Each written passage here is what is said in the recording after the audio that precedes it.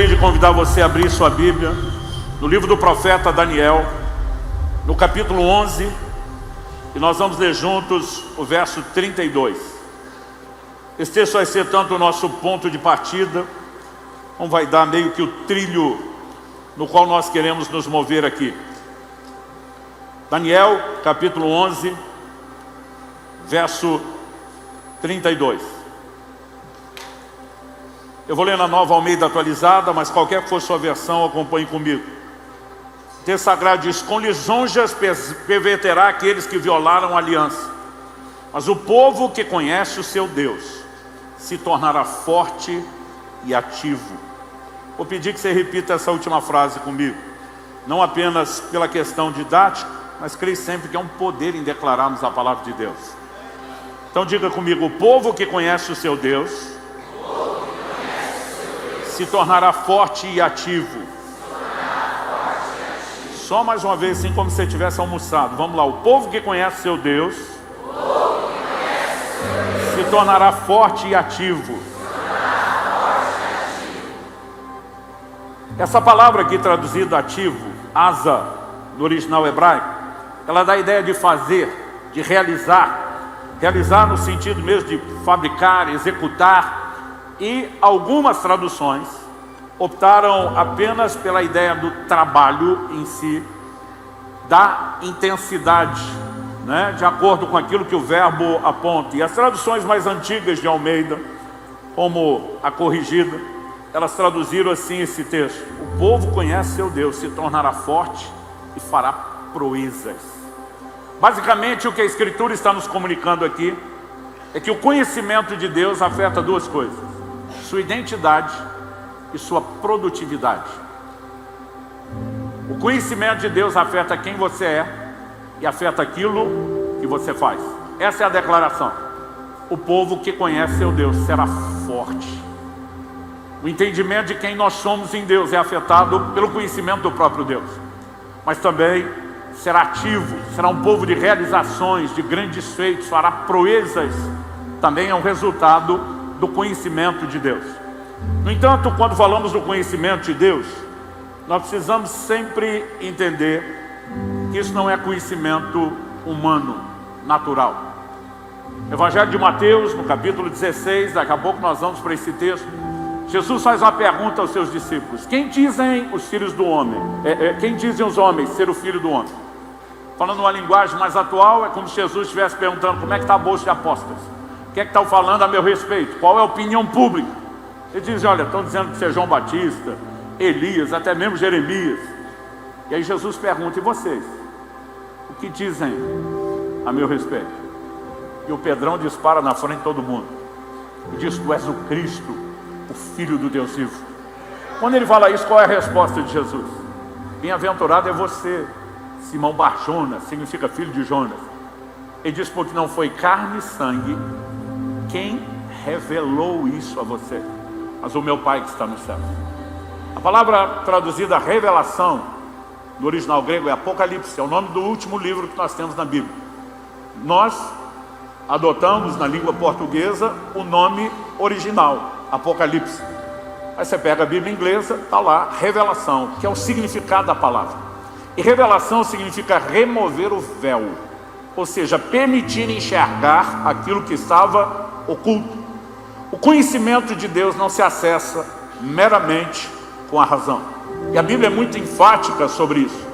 O próprio Senhor Jesus, num determinado momento, isso está registrado em Mateus 11, se você estiver anotando, ele faz uma exclamação, né? E ele diz no verso 25: por aquele tempo Jesus clamou: graças te dou, ó Pai, Senhor do céu e da terra, porque escondeste essas coisas dos sábios e instruídos e as revelastes aos pequeninos.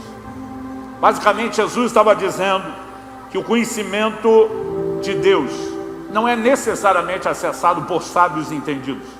Porque o que você precisa não é de uma mente, né, extraordinária, porque você não conhece Deus dessa forma. O que você precisa é de um coração inclinado, né? É de um coração humilde que se aproxima e possa receber revelação. Então eu quero apresentar o conhecimento de Deus falando sempre da perspectiva da revelação, porque não há outra forma de conhecer a Deus. E eu quero falar qual é a consequência do conhecimento de Deus. Não apenas afetar o entendimento de quem você é, sua identidade, mas como consequência desse entendimento de quem você é, ele afeta também a sua produtividade. Então o tema da minha mensagem hoje é revelação e realização. Eu creio que Deus me enviou aqui hoje, não apenas para te instruir, mas para te despertar a acreditar que você pode fazer nele muito mais do que você já imaginou ou sonhou até hoje. Eu queria que você fizesse uma declaração de fé para o vizinho aí da direita, da esquerda. Se não conhece, faz cara de paisagem, sorri, ou se apresenta, mas fala para ele: Deus vai te usar muito mais do que você imagina. Fala com gosto, assim, com fé, com vontade. Fala: Deus ainda vai te usar mais do que você consegue imaginar.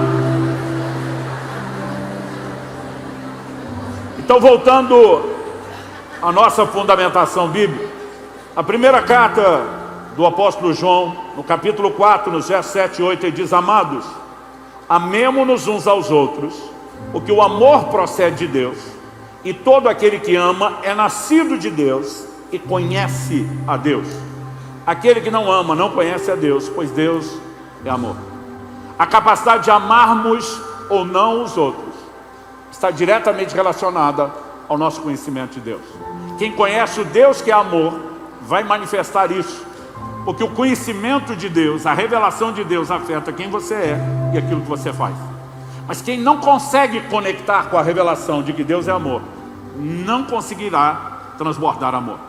Ou seja, para sermos bem-sucedidos em cumprir a grande comissão e proclamar o Evangelho de Jesus, não apenas guiando pessoas a Cristo, mas cuidando bem delas, preparando elas para que por sua vez também guiem outros a Cristo e cuidem delas para que o ciclo nunca se interrompa. Essa é a missão que foi dada a nós como igreja. Nós precisamos entrar no lugar mais profundo do conhecimento de Deus. E eu quero chamar a sua atenção para isso. Eu falei que nós voltaríamos no texto lá do Evangelho de Mateus, e eu vou pedir que você abra comigo agora lá em Mateus 16. Eu já citei do versículo 13, que é quando Jesus pergunta o que estão dizendo ser ele, até o verso 17, que é quando Jesus diz: bem-aventurado é você, Simão Barjonas, porque não foi carne e sangue que revelaram isso a você, mas meu Pai que está nos céus. Mas agora eu quero que você leia comigo o verso 18 e o 19. Jesus diz: também eu lhe digo que você é Pedro, e sobre esta pedra edificarei a minha igreja, e as portas do inferno não prevalecerão contra ela. Eu lhe darei as chaves do reino dos céus, e o que você ligar na terra terá sido ligado nos céus, e o que você desligar na terra terá sido desligado nos céus. Preste atenção no início do verso 18. Também eu lhe digo. O que significa também eu lhe digo? Pedro acabou de ter uma revelação sobre quem é Jesus. Tu és o Cristo, o Filho do Deus vivo. Jesus chama isso de revelação. E diz: não foi carne e sangue, não foram homens que revelaram isso a você, foi o Pai que está nos céus. Agora Jesus diz: deixa eu fazer uma revelação a seu respeito. Agora é a minha vez. Eu lhe digo. E aí Jesus faz uma revelação sobre Pedro. Porque toda a revelação de Deus que você tiver vai te conduzir a uma revelação de quem você é. Eu vou repetir isso. Toda a revelação de Deus sobre quem Ele é sempre vai produzir uma consequência, um efeito colateral inevitável na sua vida, que é o entendimento de quem você é. E Jesus diz: você é Pedro. E aqui é um jogo de palavras no original grego, Petrus, que significa uma pedrinha, uma pequena rocha. Jesus diz: eu lhe digo que você é Petrus, e sobre esta pedra, agora no original, Petra, uma grande rocha. Ou seja, Jesus nunca disse que Pedro era a pedra sobre a qual a igreja seria edificada. Mas Jesus está dizendo: Pedro, a pedra sou eu. E Paulo em 1 Coríntios 3 diz: ninguém pode lançar outro fundamento além do qual já está posto, que é Cristo Jesus. Ele é a pedra angular, Ele é a pedra de esquina, Ele é o fundamento da igreja. Mas Ele está dizendo: Pedro, deixa eu te dizer algo. Você vem sendo chamado de Simão a vida inteira. A palavra Simão significa cana. E essa alegoria aparece na Bíblia sempre para falar de algo que é agitado pelo vento, várias vezes, de forma recorrente. E quando você olha para Pedro, ele sempre demonstrou instabilidade. Mas Jesus está dizendo, eu vejo em você mais do que toda a reação que você demonstrou até hoje. Eu vejo em você mudança, eu vejo em você transformação, eu vejo em você algo sólido. Deixa eu te dizer algo, Pedro, quando eu olho para você, eu vejo que você é feito do mesmo material que eu vejo você parecido comigo, e por conta disso você será edificado sobre mim, para que a casa de Deus seja construída. O apóstolo Pedro não teve dificuldade de entender o que Jesus falou, tanto que em 1 de Pedro, no capítulo 2, nos versos 4 e 5, ele vai falar disso. Chegando-se a ele se refere a Cristo, a pedra viva. Outras traduções dizem a pedra que vive, rejeitada assim pelos homens, citando o profeta, mas para com Deus eleita e preciosa. Aí Pedro diz, também vocês, como pedras vivas, ou como pedras que vivem, são edificados casa espiritual. A casa de Deus tem um fundamento que é Cristo, mas sobre o fundamento, Deus está construindo usando as nossas vidas. E da mesma forma como ele chama Jesus de a pedra viva, ainda que proporcionalmente ele seja a pedra, a grande rocha, e eu e você sejamos só Petros, algo menor. Ele diz, nós também somos pedras vivas. Nós somos feitos do mesmo material. Estamos sendo colocados sobre ele, como quando alguém edifica uma casa usando uma diversidade de tijolos. Deus está usando as nossas vidas para edificar a sua casa. E ele não para aí. Ele diz, são edificados casa espiritual para serem sacerdócio santo, a fim de oferecerem sacrifícios espirituais agradáveis a Deus por meio de Jesus Cristo. Tudo que Deus tem feito em nós nos leva ao entendimento do que somos, sacerdócio, e daquilo que podemos fazer, oferecer seus sacrifícios, realizar a obra do ministério e aquilo que se espera de nós. Toda a revelação que você tem de Deus vai te levar a uma revelação de você mesmo. E normalmente o que Deus quer produzir com essa revelação é uma consciência de quem você é, e é uma consciência daquilo que você pode fazer. Isso é um fundamento bíblico, é recorrente. Mas, quando a gente olha para essas declarações, ou pelo menos a repetição de princípios, eu gosto de ler a Bíblia procurando padrões que se repetem. É interessante que em vários casos você vai ver que toda pessoa que teve uma revelação de Deus, teve uma revelação de si. Em Juízes, no capítulo 6, quando o anjo do Senhor, e a expressão o anjo, artigo definido, diferente de um artigo indefinido, um qualquer, ela sempre fala de uma teofania, uma aparição do próprio Deus. Quando Gideão percebe que o anjo do Senhor apareceu para ele, ele entra em desespero. Ele diz, eu vou morrer. Depois ele descobre que não ia morrer, e ele edifica um altar e chama Jeová Shalom, que significa o Senhor é paz. Tipo, ele não queria me matar. Você olha para Isaías, capítulo 6, e o profeta começa no verso 1 dizendo, no ano em que morreu o rei Uzias, eu vi o Senhor assentado num alto e sublime trono. Ele tem uma revelação da santidade de Deus. Os serafins à volta proclamando santo, santo, santo é o Senhor dos exércitos. Instantaneamente, algo a respeito dele aparece. Em primeiro lugar, sua miséria. Ai de mim, que sou um homem de lábios impuros e habito no meio de um povo de impuros lábios. Depois do reconhecimento da miséria, Deus mostra que ele tem provisão para mudar cada um de nós. Então a brasa é tirada do altar e o anjo toca ou tosta a boca do profeta. Mas na sequência, vem o chamado. A quem enviarei? E quem há de ir por nós? E quando chegamos no Novo Testamento, nós temos uma experiência, por exemplo, de Pedro. Jesus está sendo apertado pelas multidões e ele pega o barco de Pedro emprestado. Não apenas por esse único motivo. Quando você olha na antiguidade o desafio que eles tinham, Jesus falava a auditórios maiores do que esse, sem o equipamento de som que nós temos hoje, em ambientes abertos, que é um desafio ainda maior. E muitas vezes você vai ver Jesus fazendo um bom uso da geografia. A gente lê lá sobre o Sermão do Monte. Por que no monte? Você olha na antiguidade e eles faziam as arenas nos morros, porque aquele desenho simplesmente permitia uma acústica melhor.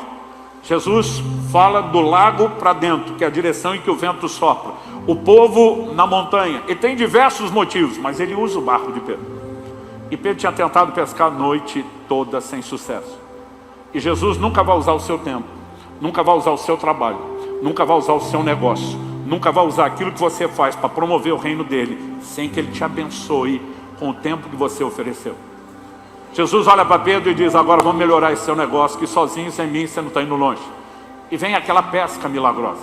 No momento que Jesus diz, lança as redes, e o cara que tentou a noite inteira e não tinha pego nada, começa a ver aquele milagre acontecendo. Ele olha para Jesus e diz: afasta-te de mim. Lucas 5, de 8 a 10.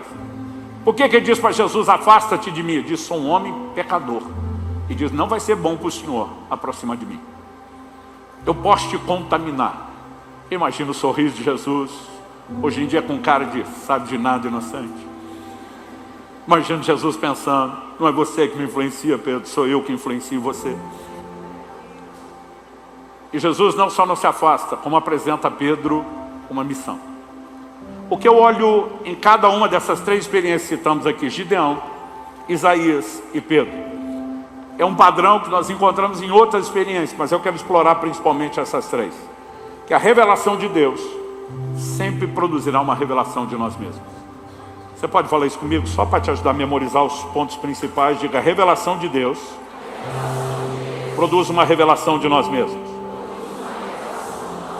Estabelecido esse fundamento, eu quero ir para o próximo. A revelação de nós mesmos, ela sempre virá de duas formas, sob duas perspectivas, sob dois aspectos que eles não são contraditórios, não são divergentes, eles são complementares. Que revelação é essa que nós estamos falando? Se por um lado você vê Jesus em Mateus 16, falando sobre Pedro: você é do mesmo material que eu. E nós precisamos crescer no entendimento da nossa identidade nele, do que somos nele, do que temos à nossa disposição nele, do que nos foi provisionado nele. 1 de João, no capítulo 4, no verso 17, a Bíblia diz: tal qual ele é, somos também nós nesse mundo. É uma declaração ousada, mas eu e você precisamos crer, nos apropriar disso. Tal qual ele é, somos nós também nesse mundo. Mas a pergunta é: Pedro só recebeu esse tipo de revelação? Eu chamo da revelação boa, positiva. Não. Pedro também olha para Jesus e diz: afasta-te de mim, que eu sou um homem pecador. Eu não vou chamar isso de revelação ruim, porque se fosse ruim Deus não dava. Mas ela não soa tão boa a princípio, porque ela parece nos desqualificar.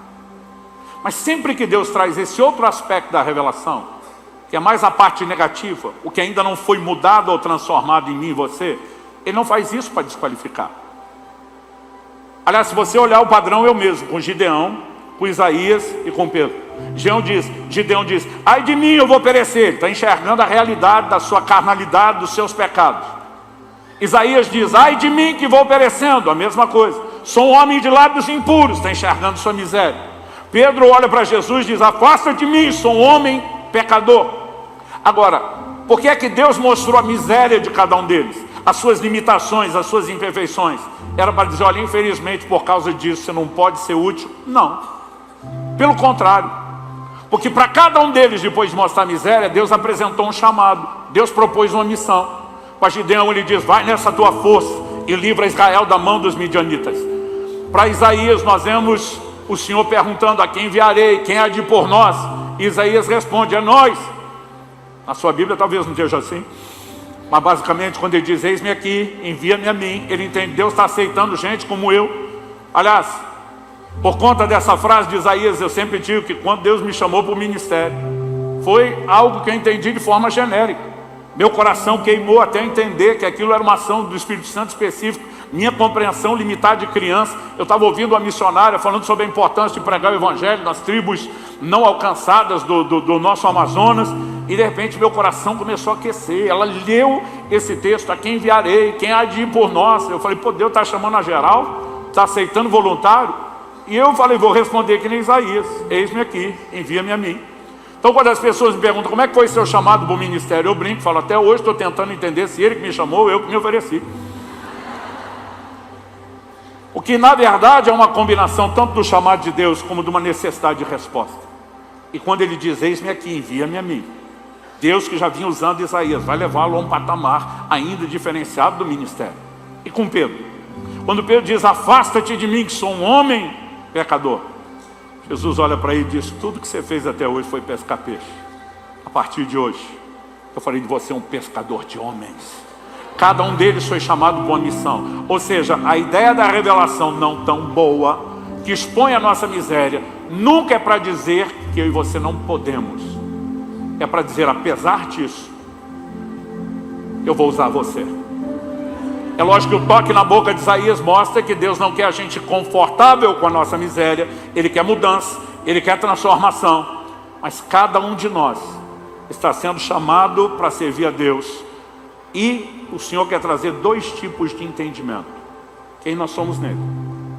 Mas aquilo que ainda não foi mudado, que não condiz com a realidade da provisão e que precisa ser trabalhado em nós, para que a gente se ajuste àquilo, para que a gente entenda, porque sem enxergar nossa miséria, nós vamos achar que nós somos bons para fazer o que você não temos a menor condição de fazer. Se você entendemos nossa miséria e compreendemos o que é que nós somos nele, e que o nosso poder de realização vem dele, então em submissão a ele, numa atitude não de autossuficiência, mas de plena dependência dele, nós podemos extrair recursos sobrenaturais. Porque é isso que a obra de Deus é, um trabalho e uma missão sobrenatural. Não será executada na força do nosso braço, não será executada não de forma bem-sucedida nas nossas capacidades e habilidades humanas, mas pelo poder de Deus nas nossas vidas, pela ação e unção do Espírito Santo, pela graça de Deus que está disponível para cada um de nós e disponível de forma abundante. Então, se em primeiro lugar eu destaquei que a revelação de Deus produz uma revelação de nós mesmos, se em segundo lugar eu tentei destacar aqui os dois tipos de revelação, que é tanto o entendimento de quem somos nele, a identidade que temos, toda a provisão, mas ao mesmo tempo aquilo que ainda não está alinhado com o que somos nele e que precisa ser mudado. Eu e você precisamos entender como lidar com esses dois aspectos da revelação. Por que eles são importantes? Como que eles se tornam complementares em vez de contraditórios, de divergentes.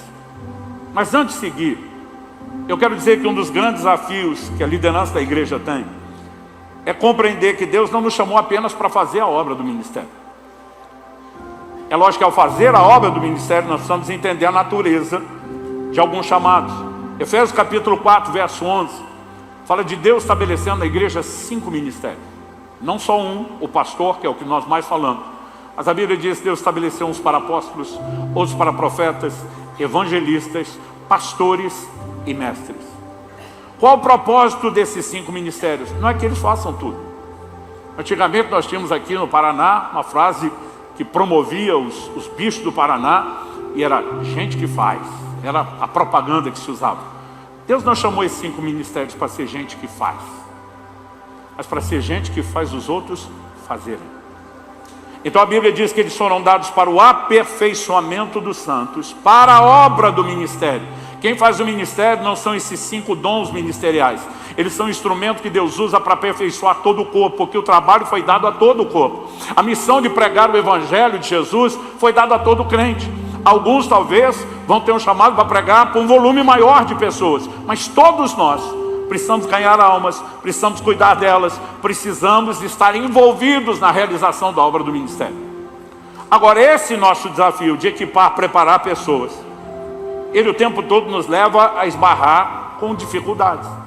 Por quê? Você aborda certos cristãos dizendo: ei, você pode falar mais de Jesus, você pode ganhar almas, você pode nos ajudar a cuidar não só do que você está ganhando, de gente que está aparecendo aqui sem cuidado. E quanto mais a gente está incentivando ao trabalho, mais eu ouço.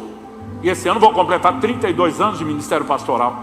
Então posso te dizer que eu já vi muita água passar debaixo da ponte.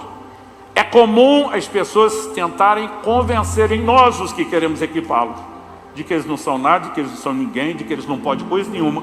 E o pior é que por trás de todo esse discurso, eles acreditam que eles estão sendo humildes. Eu quero te dizer, isso não tem nada a ver com humildade. Eu lembro de um dizendo: não, querido, você pode. Lógico que eu estava falando que ele pode em Deus e não sozinho. Eu falei: não, pastor, o senhor não está entendendo. Eu só sou a mosca que pousou no cocô do cavalo do bandido. Até hoje estou tentando entender essa frase. Anos se passaram e ainda não processei, mas ele está dizendo: eu não sou nada nem ninguém. E as pessoas falam isso com gosto, achando bonito, como se fosse: eu sou humilde. Então me deixe fazer uso de uma afirmação do grande escritor C.S. Lewis. Humildade não é pensar menos de si mesmo, é pensar menos em si mesmo. Qual a diferença? A diferença é que humildade não te leva à autodepreciação. Humildade apenas tira você do centro. E há uma diferença enorme entre uma coisa e outra. Então vamos para o que a Bíblia diz, que isso é o que realmente conta. Antes de dar o fundamento bíblico, deixa eu te fazer uma pergunta. Se eu falasse para você que eu sou humilde, você não ia achar que eu sou arrogante em falar que eu sou humilde? Mas se eu falasse para você que eu sou um exemplo de humildade, não ia piorar as coisas? Porque a gente acredita que quem é humilde não pode falar que é humilde. Porque se falar que é humilde, falou bem de si, não é mais humilde. Porque o nosso conceito está bagunçado, gente. Como sabemos que está bagunçado? Porque não é bíblico. Olha o que Jesus diz. Mateus 11. Aprendei de mim, que sou manso e humilde de coração. Jesus não só se chamou de humilde, ele falou, eu sou o cara. Eu sou o exemplo de humildade, eu sou o padrão que vocês vão imitar. Na nossa definição, Jesus já não é mais humilde. Porque nós achamos que humildade é pensar menos de si. Isso nunca foi humildade. Humildade é pensar menos em si. E aí você vai ver o meu Jesus dizendo, eu só falo o que eu ouço meu pai falar. Eu só faço aquilo que eu vejo meu pai fazer. Você vai ver a ênfase bíblica em mostrar Jesus como um homem capacitado pelo poder do Espírito Santo. Atos 10:38 diz que Deus ungiu a Jesus de Nazaré com o Espírito Santo e poder, o qual andou por toda parte, fazendo bem, curando aos oprimidos do diabo, porque Deus era com ele. Ele não fez o que fez porque era Deus. Ele fez porque Deus era com ele. Não estou negando a divindade e essência de Nosso Senhor, mas Filipenses 2 explica que ele esvaziou-se. Ele deixa atributos da divindade temporariamente de lado. Depois da ressurreição, a Bíblia é clara em dizer que nele habita corporalmente a plenitude da divindade, mas temporariamente ele abre mão. Ele diz, vou viver como um homem dependendo do poder do Espírito Santo, como qualquer um de nós. Foi por isso quando ele sopra sobre os discípulos, dizendo, recebam o Espírito Santo, João 20, ele diz, como o Pai me enviou, eu envio vocês. Da mesma forma como eu fui enviado, vocês serão. Com os mesmos recursos que estavam à minha disposição, vocês também serão enviados. Agora, olha o primeiro sermão público de Jesus. Primeira mensagem. Lucas capítulo 4, na sua cidade. Jesus leu o livro do profeta Isaías. O trecho onde diz, o Espírito do Senhor está sobre mim, porque me ungiu para pregar, para libertar, para curar. Quando ele termina de ler, ele diz, hoje se cumpriu essa escritura. Basicamente ele está dizendo para todo mundo, é de mim que a Bíblia está falando. Gente, vamos pensar friamente. Qual a primeira mensagem de Jesus? Eu sou o cara. Eu sou o ungido prometido. O Espírito de Deus está sobre mim. Eu carrego algo para fazer diferença na vida de pessoas. Isso não é autodepreciação. Agora ele está dizendo, não é por mim mesmo, é pela unção e o poder que eu carrego. E ele sabe que ele não é o centro, então ele está pensando menos em si, mas não menos de si. Dá para entender a diferença? Se nós não compreendemos esse princípio, não adianta falar dos dois lados da revelação, porque senão nós vamos achar que a revelação, que aponta aquilo que ainda não foi mudado em nós, está nos impedindo. E sempre que Deus mostrava isso, ele também apresentava uma missão. Ou seja, ele está dizendo, eu acredito em você, eu estou investindo em você, e você vai ser útil para mim, apesar dessas limitações. Porque você não é só esse histórico de limitações que está em mudança. Você tem uma identidade em mim, você tem recursos em mim, você tem potencialmente à sua disposição uma outra realidade, e nós vamos trabalhar nisso. Então, abra comigo a sua Bíblia, por favor, na primeira carta de Paulo aos Coríntios, no capítulo 15. Vamos ler juntos, primeiro o verso 9 e depois o 10. No verso 9, Paulo diz assim, porque eu sou o menor dos apóstolos, e nem mesmo sou digno de ser chamado apóstolo, pois persegui a igreja de Deus. Paulo está mentindo? Claro que não. Está falando a verdade e fala inspirado pelo Espírito de Deus. Só que muitos leem isso aqui como se fosse autodepreciação. Ah, eu sou o menorzinho, o mafulamba de todos. E entender que você não é nada nem ninguém, na perspectiva correta, com a combinação de outros entendimentos igualmente bíblicos, vai ser ótimo. Porque você vai entender que você nunca vai poder fazer nada por si. Então Paulo está dizendo, se você considerar a minha história, eu não poderia estar nesse lugar. Eu persegui a igreja. Enquanto os outros andavam com Jesus, já estavam pregando o evangelho dele, eu estava trabalhando contra. Ainda que eu tenha sido alçado, levantado por Deus ao apostolado, eu sou o menor, o pequenininho, o mafulamba de todos. E se você parar aqui, a sensação é, poxa, então infelizmente não posso fazer muita coisa. Mas olha o que ele diz no verso seguinte, o 10. Mas, eu amo essas frases na Bíblia, mas. Uma vez preguei uma mensagem chamada o fator mas. É a virada do jogo. Mas, pela graça de Deus, sou o que sou. E a sua graça que me foi concedida não se tornou vã, pelo contrário. Trabalhei muito mais do que todos eles. Todos eles quem? Os apóstolos maiores do que eu.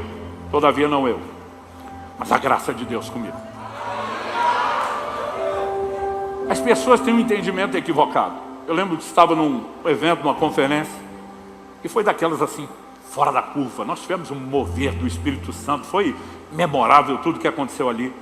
Eu lembro que num determinado momento nós estamos orando com o povo, um irmão agarra no meu braço chorando e fala, como eu queria ter sido como você. Nasceu e cresceu num lar cristão, respondeu a Deus desde cedo, desde pequeno, deu o melhor de você para Deus. É por isso que Ele te usa. Eu falei, você acha que é por isso que Ele me usa? Eu falei, você está vendo aquele outro ali, era outro preletor da conferência. Aquele estava se movendo debaixo de outro nível de unção, de milagre. Eu falei, você está vendo a unção que está sobre ele, como Deus usa? Eu falei, imagino ele, como deve ter se dedicado a Deus a vida inteira. Se você está nesse nível, imagina. Ou seja, ele concordou que tinha mais graça, unção sobre o outro. Eu falei, então deixa eu contar a história do fulano que você não sabe. Esse aí se corrompeu desde a infância. Esse aí viveu em lugares da prática do pecado que você não consegue imaginar. Ele falou, qual? Eu falei, todos que você imaginar passou por ali. Até homicídio ele tem nas costas. Ele falou, não. Eu falei, a forma como Deus vai usar a minha e a sua vida não tem nada a ver com a nossa história. É lógico que há uma semeadura de honra para aqueles que conheceram antes, que vai te levar a ser honrado por Deus, mas não tem a ver com merecimento, gente. Eu falei, aquele camarada entendeu algo sobre a graça de Deus que você está precisando entender.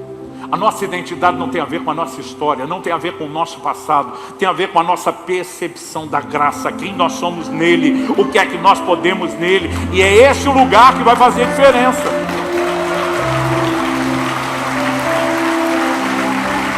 Então há duas formas de você entender o que Paulo falou. Trabalhei mais do que todos eles. Do que eles quem? Os outros apóstolos. Eu sou o menor, mas trabalhei mais do que eles. Então, em primeiro lugar, você pode imaginar algo parecido com o campeonato brasileiro de futebol, na tabela de ponto corrido. Então, Paulo está dizendo, somando vitórias e empates, já que derrota não pontuou, eu estou nas cabeças do campeonato, liderando. Segundo lugar, imagino Pedro, não sei porquê, e João em terceiro. Me perdoe, João, mas eu imagino que apesar de todo o coração que ele tinha para Jesus, o Pedro era o cara do vamos fazer acontecer. Mas Paulo está dizendo, eu estou na frente. Aí você vai imaginando que os apóstolos estão divididos nessa categoria de um score, de uma pontuação de realização ministerial. Essa seria uma forma de entender o que Paulo está dizendo. A outra, e particularmente eu acho que o que ele está falando é a outra, não a primeira. Ele está dizendo, eu trabalhei mais do que todos eles juntos. Você pode juntar todos os apóstolos do Cordeiro e juntos eles não fizeram o que eu fiz. Como nós podemos saber disso? É só olhar o relato bíblico e a história. Enquanto os apóstolos do Cordeiro se dedicaram principalmente a proclamar o evangelho aos judeus, não só de Israel, mas da dispersão, Paulo com a sua equipe evangelizou o resto do mundo. Faz você as contas. Paulo diz, eu trabalhei mais do que todos eles. Porque não tem a ver com a sua história, não tem a ver com mérito, não tem a ver com grandeza, não tem a ver com sentimento de capacitação, mas com a percepção de quem você é nele, do que a graça de Deus pode fazer na sua vida. Quem está entendendo, diga amém. Então vamos tentar entender como lidar com essas duas coisas. Porque Paulo tem a percepção, eu sou o menor, não era digno, não deveria estar aqui, eu tenho uma história e nenhum de nós deve esquecer de onde saiu e quem nos tirou de lá. Mas por outro lado, isso não deveria atrapalhar a nossa percepção do poder de realização. Deve apenas nos fazer manter dependentes de Deus, sendo trabalhados por Ele, mas não gerar em nós um senso de não posso. Porque para o Gideão que vê sua miséria, o Senhor apresenta uma missão. Para o Isaías que vê sua miséria, o Senhor apresenta uma missão.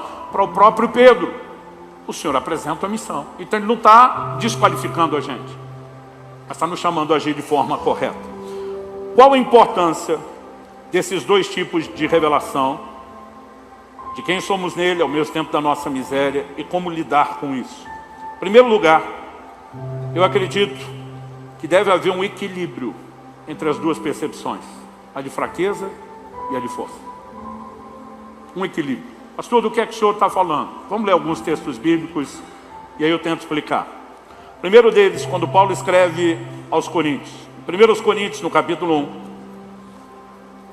A partir do verso 26, ele diz: irmãos, considerem a vocação de vocês. Não foram chamados muitos, não quer dizer que não tinha ninguém, mas a maioria não era. Não foram chamados muitos sábios segundo a carne, nem muitos poderosos, nem muitos de nobre nascimento. Ele está sendo honesto com a igreja de Corinto. E de vamos dar real aqui, nós não estamos reunindo a nata da sociedade. Não tem os de nobre nascimento, as famílias reais. Não tem aqueles que realmente são profundamente cultos. Não temos aqui entre vocês gente de muita expressão de conquista a ponto de ser chamado de poderoso. Aí ele diz no verso 27, pelo contrário. O que é o contrário? Ele diz, gente, vamos ser honestos, o nível está bem baixinho aqui. Além de não ser de nobre nascimento, a maioria de nós é bem plebeu. Além de não sermos poderosos, a maioria de nós é bem fraquinho. Além de não sermos os sábios e ocultos, a maioria de nós está bem desprovido de conhecimento ou de formação acadêmica. Pelo contrário, Deus escolheu as coisas loucas no mundo para envergonhar os sábios. Escolheu as coisas fracas do mundo para envergonhar as fortes. E Deus escolheu as coisas humildes do mundo e as desprezadas e aquelas que não são, ou seja, nós, para reduzir a nada as que são.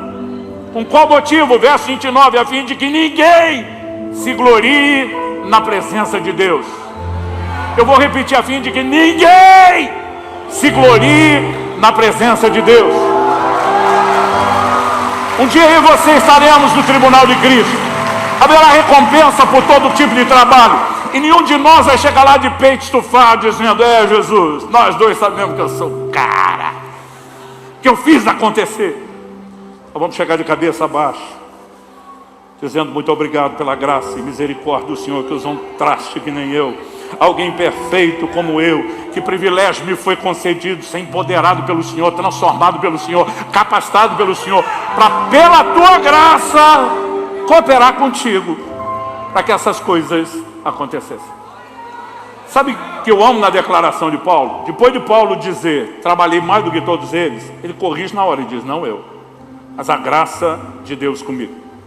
Já em Romanos, no capítulo 15, no verso 18, Paulo diz, porque não ousarei falar sobre coisa alguma, a não ser sobre aquelas que Cristo fez por meio de mim, para conduzir os gentios à obediência, por palavra e obras, por força de sinais e prodígios, pelo poder do Espírito de Deus.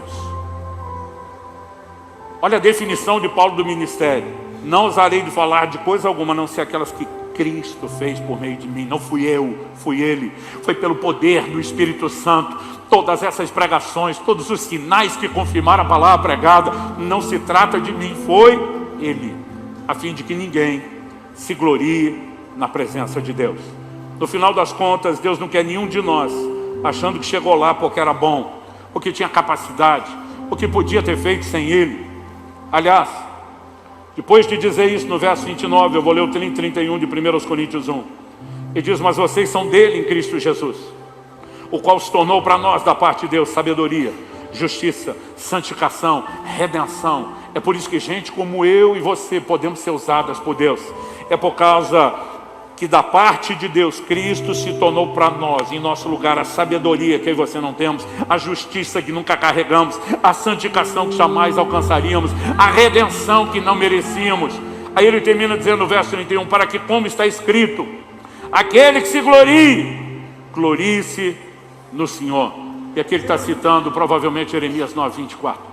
No final das contas, eu e você só vamos poder nos gloriar de algo: a bondade de Deus, a graça de Deus, a imensidão do amor de Deus, a sua capacitação. Ou seja, não tem nada a ver com a minha e a sua habilidade. Se eu e você não tivermos uma percepção da nossa fraqueza, nós nunca vamos nos tornar dependentes da força dele. E aí Paulo vai abordar isso sobre outro ângulo, de novo escrevendo aos Coríntios, mas agora na segunda epístola. Eu quero ler com você o capítulo 12. E nós vamos ler alguns versículos. Em primeiro lugar, Paulo diz no verso 1: se é necessário que eu me glorie, ainda que não seja conveniente, vou falar a respeito das visões e revelações do Senhor. Ele falou, então vamos discutir um departamento aqui, visões e revelações do Senhor. No verso 2 ele diz assim: conheço um homem em Cristo, que há 14 anos foi arrebatado até o terceiro céu. Se isso foi no corpo ou fora do corpo, não sei, Deus o sabe.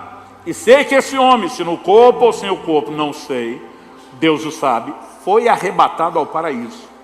E ouviu palavras indizíveis, que homem nenhum tem permissão para repetir. Desse eu me gloriarei, não porém de mim mesmo, a não ser nas minhas fraquezas. Se você parar aqui, parece que Paulo está falando de outra pessoa. Conheço um homem. Jogou para a terceira pessoa. Agora vamos continuar, verso 6. Pois se eu vier a gloriar-me, não serei louco, porque estarei falando a verdade. Aconteceu mesmo. Mas evito fazer isso, para que ninguém pense de mim mais do que em mim vê, ou do que de mim ouve. Agora olha o verso 7. E para que eu não ficasse orgulhoso com a grandeza das revelações, me foi posto um espinho na carne, mensageiro de Satanás, para me esbofetear, a fim de que eu não me exalte. Agora Paulo rasga o negócio e diz: o cara sou eu. Revelações que eu nem posso referir. Fui ao terceiro céu, ao paraíso. Mas ele diz: eu não faço questão de tratar disso tão abertamente, para que ninguém pense de mim mais do que em mim vê ou ouve. É fácil você sair dando carteirada em nome da experiência de alguns seres e conduzir as pessoas a achar que você é grandes coisas e que elas não podem viver o que você está vivendo. Mas ele está dizendo: eu me recuso. Um dos homens que mais me influenciou no ministério, foi um dos que botou a mão na minha cabeça quando eu fui ordenado, um mentor desde o início, já está com o Senhor na glória, pastor Francisco. Quando eu ainda tinha 3 anos de idade, ele passou 7, quase 8 dias arrebatado no céu. Eu vivia tentando arrancar a informação dele, não saía quase nada. Primeiro porque ele disse que naquela experiência Deus falou de coisas que ele não poderia falar. Eu lembro que um dia eu caí na bobagem de falar para ele. Falei: por que você não fala isso para ninguém? Se fosse eu que tivesse ido aonde você foi, já tinha escrito um livro. Ele falou: é por isso que você nunca foi. Deus não revela esse tipo de coisa para fofoqueiro que nem você, e para gente que quer ficar se orgulhando disso depois. Eu pensei: faz sentido. Realmente faz sentido. Agora, o que Paulo está dizendo, gente, para que eu não me exaltasse com a grandeza das revelações, porque quando Deus começa a usar a minha, a sua vida, e o diabo não consegue impedir a gente de ser usado por Deus, se ele não consegue, tinha um ditado antigamente, que dizia: se alguém não consegue te impedir de subir no cavalo, vai tentar te empurrar para você cair do lado de lá, desde que você não fique em cima. Se ele não consegue te impedir de ser usado por Deus, ele vai tentar te derrubar numa área que ele é mestre: o orgulho. E nós podemos nos perder a ponto de nos achar. Aí depois de falar que Deus deu um espinho na carne, a palavra espinho na carne não significa que isso era literalmente algo que ele tinha na carne. Espinho na carne é uma alegoria. Qual alegoria? Se você já botou um espinho no dedo do pé ou da mão, sabe que toda hora que encosta ele te lembra que está lá. Ele incomoda. Ele volta a te mandar a mensagem: eu ainda estou aqui, eu não fui embora, e cada vez que você esbarrar nisso, você vai ser incomodado. Paulo diz, verso 8: 3 vezes pedi ao Senhor que afastasse de mim. Verso 9, então ele me disse: minha graça é o que basta para você, porque o poder se aperfeiçoa na fraqueza. Repita comigo: o poder se aperfeiçoa na fraqueza. Uma das definições mais comuns de graça na Bíblia é força capacitadora. Deus está dizendo: Paulo, tudo que você precisa é minha graça. Eu permiti que você fosse esbofeteado por esse mensageiro de Satanás. A palavra mensageiro significa anjo. Ou seja, tinha um espírito rondando Paulo. Eu brinco que quando Paulo se converteu, recebe aquela palavra profética que Jesus dá a Ananias: eu lhe mostrarei o quanto importa padecer pelo meu nome. Eu brinco que Paulo recebeu o dom do para-raio. Aonde ele chegava, tudo caía na cabeça dele. Gente, pensa num camarada que vivia confusão o tempo todo. A Bíblia diz que ele prega em Tessalônica, mas tem que sair porque os judeus estão perseguindo ele. Quando ele chega em Bereia, Atos 17, ele encontra gente mais nobre, que vai checar na palavra se as coisas são de fato assim, está recebendo a palavra, está tudo tranquilo. Porque em Bereia não tinha os dois de Tessalônica. Mas a Bíblia diz que os judeus de Tessalônica foram lá para Bereia criar confusão. Porque se não tinha confusão onde Paulo chegava, a confusão chegava depois. Ele está dizendo, eu pedi 3 vezes que Deus me poupasse disso. Mas ele falou, tudo que você precisa da minha graça. Porque o meu poder se aperfeiçoa na fraqueza. Paulo, eu preciso lembrar você da sua fraqueza. Para que você nunca se ache. Para que você nunca se exalte. Para que você dependa de mim. Para que você se lembre que sou eu e não você. Verso 10. Não, vamos terminar o 9. De boa vontade, pois, mais me gloriarei nas fraquezas, para que sobre mim repouse o poder de Cristo. A perspectiva correta de olhar para a fraqueza não é, isso não me torna qualificado para ser usado por Deus. Isso me faz depender daquele que me levará a realizar coisas que eu sozinho naquela fraqueza nunca faria. Ele diz, eu aprendi a me gloriar nisso. Por quê? Para que sobre mim repouse o poder de Cristo. Verso 10, por isso sinto prazer nas fraquezas, nos insultos, nas privações, nas perseguições, nas angústias por amor de Cristo. E aqui está a explicação do que é o espinho na carne. Porque quando sou fraco, então é que sou forte. Há uma percepção saudável de fraqueza, que evita o orgulho e nos faz depender do Senhor. Eu tenho percebido algo que não é só da nossa geração. Pela graça de Deus, eu tenho andado em muitos lugares, não só no Brasil, mas fora, e conhecido muitos focos de avivamento. Sabe uma coisa comum que acontece com gente envolvida em movimentos de Deus? É os caras começarem a se achar a quarta pessoa da Trindade. Não, é sério. Alguns entram num lugar de arrogância insuportável. E o problema é que esse é um dos motivos pelos quais nós não temos avivamentos sustentáveis, contínuos. O fogo acende, o fogo apaga. E muitos que experimentam coisas tremendas, a coisa não continua. Porque quando começam a se achar, eles vão atrapalhar tremendamente a Deus. Anos atrás, uma reunião de pastores que aconteceu aqui em Curitiba, eu não estava pregando fora, mas me contaram quando eu cheguei. Veio um doutor em batalha espiritual renomadíssimo de fora. Ele estava ensinando, falando sobre guerra, sobre batalha. E um pastor fez uma pergunta a ele em público. Na sua opinião, doutor fulano de tal, qual o espírito que mais está resistindo ao crescimento da igreja no Brasil e no mundo? Ele falou, eu acho que não tem diferença entre o Brasil e o resto do mundo. Ele falou, na minha opinião, o espírito que mais está resistindo ao crescimento da igreja é o Espírito de Deus. Ela falou, não, eu acho que o senhor não entendeu minha pergunta. Ele falou, não, você que não entendeu minha resposta. Eu sei que você quer que eu fale de um demônio, mas não é eles. Eles não são páreo para o que Deus quer fazer. Ele falou, o problema de vocês, e agora eu vou tocar na ferida dos brasileiros, é quando a coisa começa a crescer e prosperar, vocês começam a se achar. Só que a Bíblia diz que Deus resiste o soberbo. Embora o coração humilde, quebrantado, o contrito de coração, Deus não despreza, o soberbo ele resiste. E quando a coisa começa a virar, vocês entram no lugar de se achar. E Deus diz, e ele acaba resistindo vocês. Um amigo falou, que bom que você não estava lá. Eu falei, passei vergonha do mesmo jeito. Vergonha alheia, vergonha por mim. Gente, se Paulo, esse gigante espiritual, está dizendo que ele podia se achar, honestamente, eu e você vamos nos colocar no lugar acima dele, dizendo não pode acontecer conosco. Só existe um meio de eu e você não nos achar, não migrarmos para um terreno de orgulho que vai bagunçar tudo. É lembrarmos que nós não somos nada e ninguém sem Ele, que tudo que nós somos é nele. Não é por causa de nós, meu pastor sempre repete essa frase, é apesar de nós. Nós não somos o centro de nada, somos apenas cooperadores daquele que vai se manifestar por meio de nós. Agora, por outro lado, se você não olha para a fraqueza da forma saudável, que é te fazer conectar com o que Deus oferece, ir além da sua limitação, aí você vai ficar paralisado. Então nós precisamos entender que as duas coisas elas podem se mesclar e se complementar. A revelação da limitação nos leva a depender de toda a capacitação de Deus e agarrar o que nós somos nele. Agora, se olharmos de forma errada para a fraqueza, aí nós vamos começar a dar desculpa para não fazer. E o pior é que a gente acha bonito e humilde, como eu falei antes. Eu descobri na Bíblia como tirar Deus do sério, o Deus longânimo, paciente como ninguém. Eu descobri como é que a gente consegue fazer ele perder a paciência. Em Êxodo, nos capítulos 3 e 4, a Bíblia diz que o Senhor aparece a Moisés na sarça. Detalhe, 40 anos antes, a Bíblia diz que quando Moisés matou o egípcio, ele fez porque ele acreditava que seus irmãos haveriam de entender que por meio dele, Deus daria livramento a Israel. Ele sabia do seu chamado. Ele entendia toda a natureza das coisas desde o seu nascimento. A Bíblia diz que quando ele nasceu, sua mãe percebeu que Moisés era formoso. Gente de boa. Que mãe acha filho feio?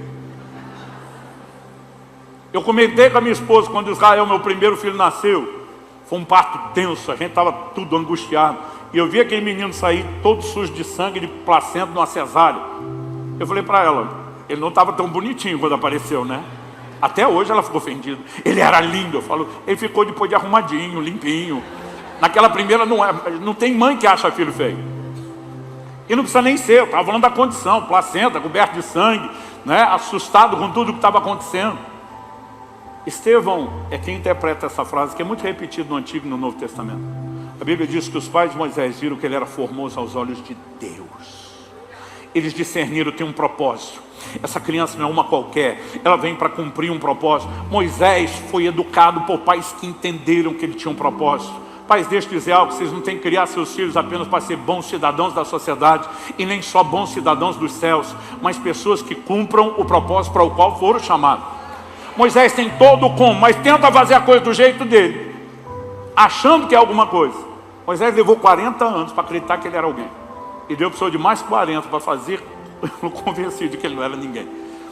Para então, nos últimos 40, poder dizer, é nós, é uma parceria. Não é você sem eu, nem eu sem você. E aí quando o Senhor aparece e diz, vou te enviar ao faraó. Gente, Deus dá uma série de sinais. Sinais incomuns.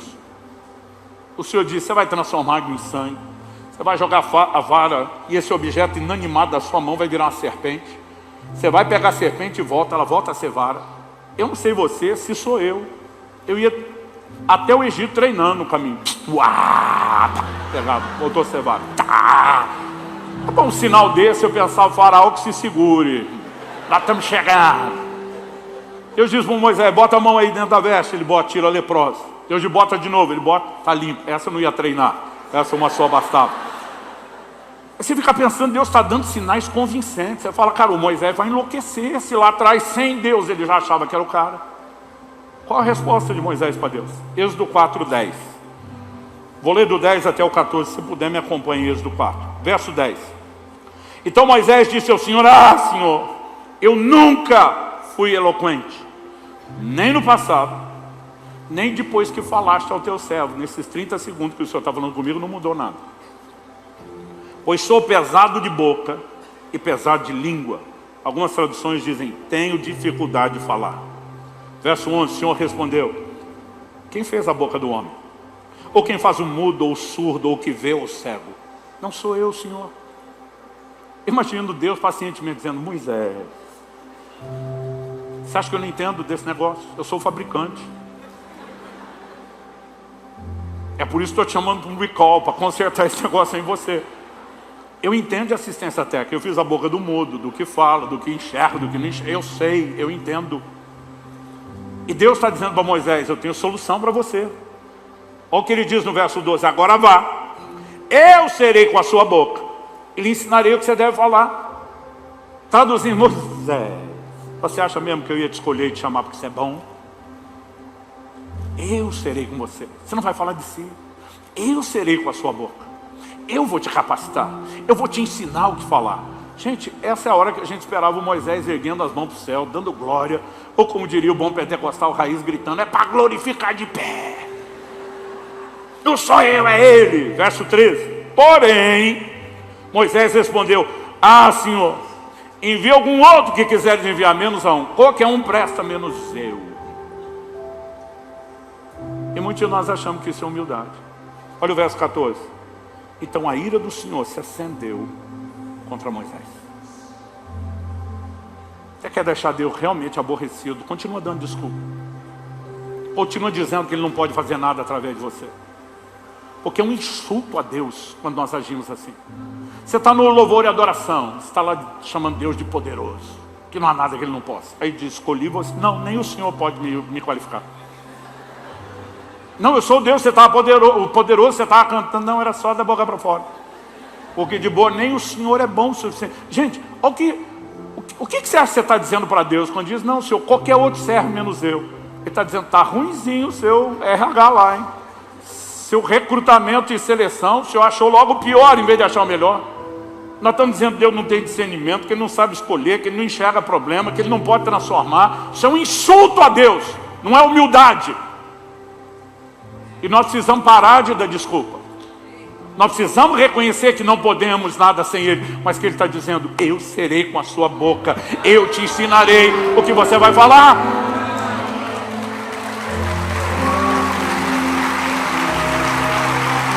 Jeremias capítulo 1,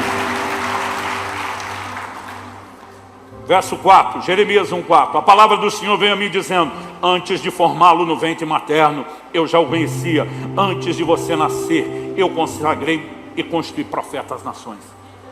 Fico pensando, gente, se eu ouvisse da boca do próprio Deus. Você nem era nascido. Você estava no ventre da sua mãe, eu já estava te consagrando profeta. Ou seja, quando Jeremias foi parido, o primeiro chorinho que ele deu já foi profético. Ele já estava atuando no ministério. Ou seja, antes de nascer e chorar, no ventre da mãe, quando ele era um feto, ele já era um profeta, que era um feto profeta. Cara, você ouvir isso é de enlouquecer. Então eu disse, ó a resposta do bonitão para Deus, verso 6. Ah, Senhor Deus, eis que eu não sei falar, porque não passo de uma criança. Verso 7, mas o Senhor me disse, não diga, não passo de uma criança. Porque a todos a quem eu enviar você irá. Tudo que eu lhe ordenar você falará. Não tenha medo de ninguém, porque eu estou com você para livrá-lo, diz o Senhor. Verso 9. Depois o Senhor estendeu a mão, tocou na minha boca, e o Senhor me disse, eis que ponho as minhas palavras na sua boca. Não se trata de mim e de você. Tem a ver com a capacitação dele, com quem ele é. Agora, honestamente, meu querido, para pensar. Quem entende mais das coisas, Deus ou você? Tudo bem que você não se acha apto para ser usado, mas Ele está dizendo, eu acredito em você, eu chamei você. No mínimo, você deveria parar e pensar, se você acredita em mim. Mas deixa eu dizer uma coisa para você, até o diabo me encoraja para o ministério. Eu lembro quando eu fui para o pastorado, todo santo dia um negócio ficava martelando na minha cabeça. Você vai falhar, você vai envergonhar o nome de Deus. É melhor desistir desse negócio. Você vai botar as coisas a perder. E aquele negócio estava entrando e me desanimando. Um dia eu falei, peraí, isso não é Deus, que tudo que ele me falou é diferente. Isso é o Satanás. Eu falei, diabo, desde quando você é parceiro de Deus? Desde quando você está preocupado com a casa de Deus? O que você mais quer é que eu fale. E se realmente eu estou indo falhar, não era mais inteligente você ficar quieto? E deixar só eu falhar e depois tripudiar em cima de mim? Mas se você está tentando me convencer que eu vou falhar, na real não é porque eu vou falhar, é porque você sabe que eu vou dar certo. E você está tentando me desanimar. Eu descobri que até o diabo acredita em mim.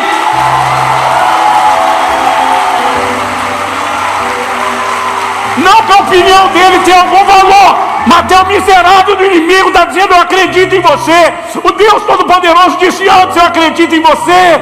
E eu e você não podemos ficar nesse lugar. Quem está entendendo? Jesus disse para os seus discípulos, eu vou enviá-los para pregar, não só a toda criatura. Em Mateus no capítulo 10, ele diz no versos 8, por minha causa, vocês serão levados a um nicho específico, à presença de governadores e de reis, para lhes servir de testemunhos a eles e aos gentios. Eles não falam a língua das nações, mas vamos primeiro ficar na presença de reis e governadores. Isso aqui já dava para assustar qualquer um. Estão vivendo nos dias do Império Romano, que por sua vez perpetuou todo um legado cultural e comportamental do Império Grego, que dominou o mundo antes de Roma. Então eles viviam a era dourada do discurso, da retórica, de se falar bem publicamente. A Bíblia diz, quando os judeus quiseram acusar Paulo diante do governador romano, e os judeus eram nada mais, nada menos do que sacerdotes, era a turma que falava em público, treinada, eles não vão formular sua queixa. A Bíblia diz que eles contrataram um tal de Tértulo, um orador profissional, que era o cara que sabia falar bem. E o cara chega com um discurso que é impressionante, porque não era qualquer um que abria a boca para se dirigir a reis e governantes, não se falava de qualquer forma. O que essa turma, que não se achou bom o suficiente para falar, apesar de ser elite do estudo, da formação acadêmica, fala a respeito dos apóstolos de Jesus, são incultos e letrados. Quer dizer, se nem eles que eram os cultos e letrados se sentiam aptos, o que é que eles achavam dos outros? Mas Jesus está dizendo, eu escolhi vocês para estar diante dos reis. Porque nós somos grande coisa, Jesus? Claro que não. Verso 19. Quando entregarem vocês, não se preocupem quanto a como ou o que irão falar, porque naquela hora lhes será concedido o que vocês dirão. Afinal, não são vocês que estão falando, mas o Espírito do Pai de vocês é quem fala por meio de vocês. Esse é o diferencial. Não se trata de mim ou de você. É uma capacitação do alto à nossa disposição. Então a gente precisa olhar para a fraqueza não como desculpa, mas para aquilo que o tempo todo nos lembra de nos manter aos pés dele, dependendo dele, conectando com ele, usando os recursos dele. Sempre, sempre, preste atenção, que a Bíblia fala da limitação de alguém. O foco não é para dizer que por isso não pôde, é para dizer que apesar disso, pôde. Tiago capítulo 5, verso 17. Vou ler o 17 e o 18. A Bíblia diz, Elias era um homem semelhante a nós, sujeito aos mesmos sentimentos. Algumas traduções, como a versão fácil de ler, diz, Elias era um ser humano como nós. Na tradução da Bíblia, na linguagem de hoje do pastor Luciano Subirá, a minha própria, diz que ele era farinha do mesmo saco. Pensa no cara bipolar, era o tal do Elias. Uma hora estava fazendo descer fogo do céu, ver a nação cair de joelho, gritar só o Senhor é Deus. Daqui a pouco Jezabel ameaça matar ele. E a Bíblia diz que ele foge para salvar a vida. Presta atenção nisso, fugiu para salvar sua vida. Fugiu porque não quer morrer. Aí quando foge, no deserto ele deixa o seu moço em Judá antes de ir para a caverna e fala para Deus, tira a minha vida, melhor me morrer do que viver. Se eu sou Deus, eu falo para ele, volta lá que Jezabel resolve seu problema. Ela ia te ajudar nisso quando você fugiu. O cara foge porque não quer morrer, agora diz para Deus que quer morrer. Tem hora que nem a gente se entende. Agora deixa eu te dizer algo. Eu e você podemos até viver altos e baixos, mas não importa se você está lá em cima ou lá embaixo na montanha russa emocional. Salmo 139 fala da presença de Deus conosco, diz, se eu subir aos céus, lá em cima, o Senhor está comigo. Se eu fizer a minha cama no mais profundo do abismo, lá embaixo, o Senhor está comigo. O diferencial não é como eu e você nos sentimos, é quem está conosco. Agora olha, Elias era um homem semelhante a nós, sujeito aos mesmos sentimentos, traduzindo, bipolar, inconstante, montanha-russa emocional. E orou com fervor para que não chovesse sobre a terra, e por 3 anos, 6 meses não choveu. Depois orou de novo, então o céu deu chuva. Era como eu e você, mas produziu resultados sobrenaturais. Porque é gente como eu e você que ele vai usar, que ele vai capacitar para fazer uma obra sobrenatural. E ouça com atenção, a maior colheita de almas que esse mundo jamais viu ainda está para acontecer. E eu e você estamos sendo arregimentados para ser os ceifeiros, que vamos ter o privilégio de participar dessa colheita, de oferecer algo a Deus. Então está na hora de parar de dizer eu não posso, está na hora de dizer eu não poderia, se o Senhor não tivesse me escolhido, se o Senhor não me capacitasse, mas contigo nós vamos juntos e vamos botar para quebrar.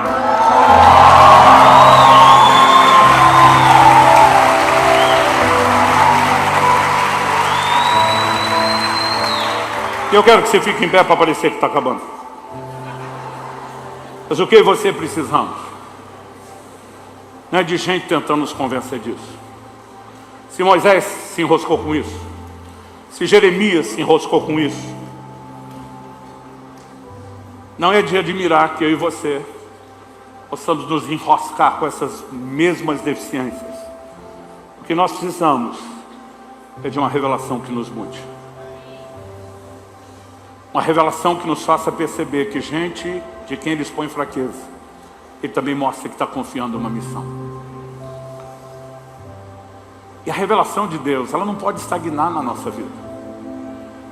Eu e você precisamos mergulhar fundo na palavra, de forma incessante. Porque o Deus cujos atributos são chamados de invisíveis, que não fez questão de aparecer de forma visível aos nossos olhos, Ele se revela por meio da sua palavra. Em João 5,39, Jesus diz: examinais as Escrituras, porque julgais ter nelas a vida eterna. E diz: são elas que testificam de mim. Você quer saber quem Deus é? Acorda a palavra. Mas além daquilo que a palavra pode usar para encher não só sua mente, seu coração, nós não podemos negar a importância de uma ação personalizada do Espírito Santo. Existe uma química poderosa, que é quando você combina Bíblia e oração. Os apóstolos em Atos 6 diz: nós vamos levantar equipes ministeriais, não só porque é impossível a gente fazer tudo sozinho, mas ele diz: nós vamos perseverar na oração e no ministério da palavra. Quando você combina essas coisas, tem um efeito. Então me deixa falar um pouco sobre oração. Jeremias diz da parte de Deus: invoca-me que te responderei. Tem crente que não chegou nem nessa parte de pedir e ter resposta. Há muitos de nós chegamos lá. A gente vê que Deus responde, mas Ele não parou aí. Tem uma outra linha para ser cruzada, que diz: anunciar-te-ei coisas grandes e ocultas que você não sabe. Existe um momento onde a gente consegue, além de só pedir, receber e cruzar uma linha, onde aí você vai entrar num ambiente de revelação. E Ele começa a nos encher de percepções do que Ele ainda vai fazer, mas não fez. Eu era um adolescente, 15 anos de idade. Não bastasse toda a limitação que qualquer um de nós sente. Estava naquela fase do drama, do como eu sou ruim. Mas eu comecei a frequentar esse lugar da oração. Horas, todos os dias. E era insano o que acontecia ali. Eu teve uma época que eu falei: Deus, vou parar de ficar nesse tempo de oração, porque eu estou ficando maluco. Eu dizia para Deus: tá me dando uma mania de grandeza, mas só dava lá no quarto na hora da oração. Quando eu saía, eu perdia, eu desconectava aquilo. Porque quando eu estava lá, eu me via, eu não tinha nem pregado para ninguém ainda. Mas naquela época, gente, falando de quase 40 anos atrás, reuniões como essa, que hoje para nós são medianas, simples, eram consideradas mega reuniões. Era difícil você ter igreja que juntava mais do que algumas centenas de pessoas, e essas eram as grandes igrejas. Assim, enquanto eu estava orando, fechava meus olhos, eu me via falando para multidões que eu nunca tinha visto reunido em lugar nenhum. Eu achava aquilo doido. Eu me via escrevendo livros. Eu via caminhões e caminhões carregados desses livros. E aquilo tudo me parecia uma fantasia. Você sabe, isso é coisa do Satanás, para tentar fazer a gente se achar. Demorou para entender que Deus estava tentando anunciar coisas grandes e ocultas. A maior parte daquelas loucuras que eu via no quarto aos 15 anos, elas já se concretizaram. E tem outras bem mais doidas que eu estou esperando acontecer.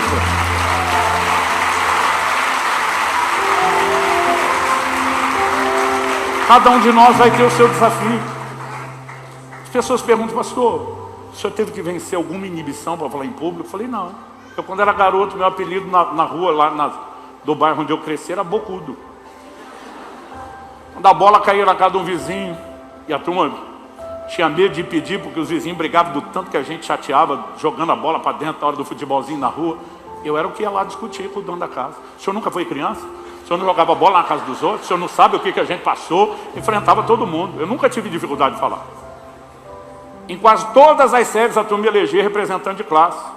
Eu falava o nome do grupo, os professores. Essa não era a minha dificuldade. Mas cada um vai ter que lidar com algo. Meu pai era alguém que valorizava demais o aprendizado. Ele era o camarada que, quando estudava a Bíblia, ele ia lá na Septuaginta, no grego, na Vulgata, no latim, ele ia no original hebraico. Meu pai é de uma época em que quase não havia universidades, mas ele falou: vocês já poderão ter acesso. Uma das poucas coisas que papai pediu para a gente, além de ser crente, foi um diploma universitário. Então, quando eu estava terminando o 2º grau, orando a respeito do que fazer, o dia o Espírito Santo fala com toda a clareza possível: eu não quero que você vá para a faculdade. Eu falei: mas não é o que eu combinei com meu pai. Ele falou: antes dele você tem um outro pai com uma voz maior na sua vida. Eu falei: o senhor vai ter que me ajudar a convencer ele. Esse paizinho menor aqui da terra, bravo. Eu falei para Deus, me deixa pelo menos fazer teologia, me preparar para o ministério que o Senhor está me chamando, para entregar algum diploma para ele. O Senhor disse, você não vai fazer uma coisa nem outra. E disse assim para mim, eu era de um garoto, quando eu te levantar como um ensinador às nações, eu não quero você se orgulhando de nada. Eu quero que você e todo mundo reconheça que foi a minha graça na sua vida. Gente, eu não sou contra estudo. Meu ministério é de ensino. E falei para meus filhos, se não tiver uma palavra dessa, vão fazer faculdade. De preferência teológica. Então, eu estou falando isso porque tem gente que usa para dizer que eu estou falando contra. Eu talvez estudei os materiais que essa turma estuda, mais do que muitos deles. Mas quando comecei o ministério, garoto, chegava dos lugares e as pessoas me perguntavam, qual a sua formação? Pense algo que doía. Aí você tenta explicar a unção do Espírito Santo, soa pior do que tudo. Eu dizia, por que você fez isso comigo, Deus? Se eu podia pelo menos não deixar eles perguntar. Eu lembro de uma ocasião, estava no começo do pastorado, coisa indo muito bem, e uma irmã da igreja falou, olha, estou recebendo a visita de um irmão que mora no exterior. Ele se tornou um cientista muito renomado na área dele. É realmente o cara aí fora. E dificilmente alguém vai conseguir aproximar dele para pregar o evangelho. Mas como eu vou recebê-lo, oferecer um almoço, ele não vai estar hospedado na nossa casa, mas vai ter esse dia. Eu queria convidar vocês para almoçar junto e tentar gerar uma situação onde talvez você consiga falar do evangelho para alguém que não vai ouvir. Não conhecia, não tinha contato nenhum, mas pensei, a oportunidade de falar de Jesus para alguém é bem-vindo. E lá fui eu. Quando ela me apresentou, falou, olha, o pastor da nossa igreja, chamei para almoçar conosco, tal. Começou a falar do que Deus estava fazendo na cidade. Primeira pergunta dele para mim, qual a sua formação? Olhei para ele e perguntei, acadêmica? Ele falou, que outra teria? Eu pensei, esse negócio vai ficar tenso. Aí já que ele rasgou, eu falei, nenhuma. Eu nem tentei dar volta. Só que eu achei que ia parar por aí, tipo, eu fico humilhadinho, ele pisou em mim, tá bem. Mas ele continua e fala, qualquer um pode abrir uma igreja? Aí eu falei, defina qualquer um, porque eu desafio alguém como você a tentar fazer o que eu estou fazendo. Eu falei, você pode reunir gente no começo, você pode contar história para eles no começo, mas ter esse povo permanecendo com você sem oferecer resultado, você não tem. E pergunta à sua irmã o que ela tem visto. Porque ela tem visto com os olhos dela coisa que você, a sua ciência, não explica. Falei, mas você acha que eu sou um Zé Mané? Que porque eu não tenho a formação acadêmica eu não consigo falar com você? Vamos falar da sua área? O que é que você quer discutir da sua área comigo? Eu não sei o que aconteceu que me deu aquela loucura. Quando eu percebi o que eu estava fazendo, eu já tinha falado. O orgulho gritou mais alto. Eu só pensei, me ajuda, meu Deus. Ele topou o desafio. Eu falei, então tá, vou te fazer uma pergunta. E a hora que ele fez a pergunta de algo extremamente técnico, eu fui rapidamente transportado na minha memória.